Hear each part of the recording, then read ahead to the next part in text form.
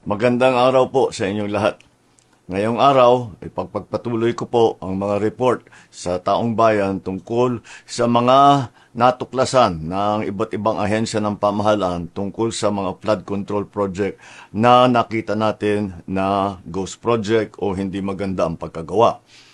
Ngayong araw, nais kong ilahad sa inyong ang mga natuklasan ng Office of the Ombudsman kaugnay sa reklamo ng DPWH ukol sa isang flood control project sa Kulaman, Jose Abad Santos sa Davao Occidental. Ito ay may halaga na halos 100 milyong piso at ipinagkaloob noong 13 January 2022 sa St. Timothy Construction Corporation. Ayon sa investigasyon, ang proyektong ito na sinasabing natapos noong 2022 ay hindi kailanman nasimulan.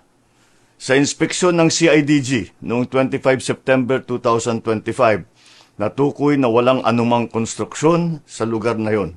Kinumpirma ng mga indigenous peoples at barangay officials sa kanilang joint affidavit na walang naganap na implementasyon ng proyekto. Natuklasan ng Ombudsman yung mga isinumiting final billing, certificate of completion at inspection reports ay palsipikado o hindi tumutugma sa aktwal na kalagayan ng proyekto. Maging mga video at larawan na hinarap ng respondent ay walang timestamp at hindi mabalidate na tumutukoy sa proyektong ito. May mga private at public na individual na pinangalanan sa reklamo na kinabibilangan ng sa St. Timothy, si Cesara Rowena C. Discaya at Maria Roma Angeline D. Rimando. Meron pang iba, mga ibang nasa ahensya ng DPWH na nasama rin sa kasong ito.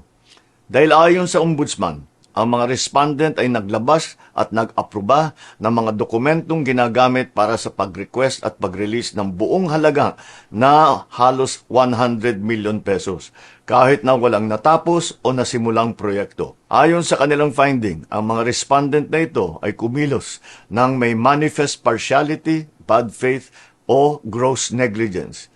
Nagdulot sila ng undue injury sa gobyerno at nagbigay ng unwarranted benefit sa kontraktor. At may pakikialam ang ilang private respondent sa nangyaring sabwatan. Nagrekomenda ng Ombudsman na magsampa ng kaso para sa malversation through falsification at paglabag ng RA 3019 Section 3E. Ang malversation ay non-bailable.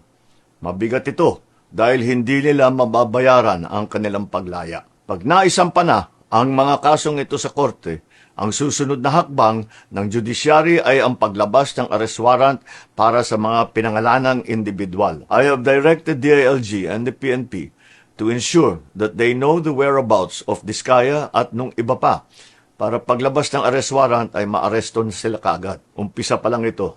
Marami pa tayong ipapakulong at marami pang magpapasko sa kulungan. Maraming salamat.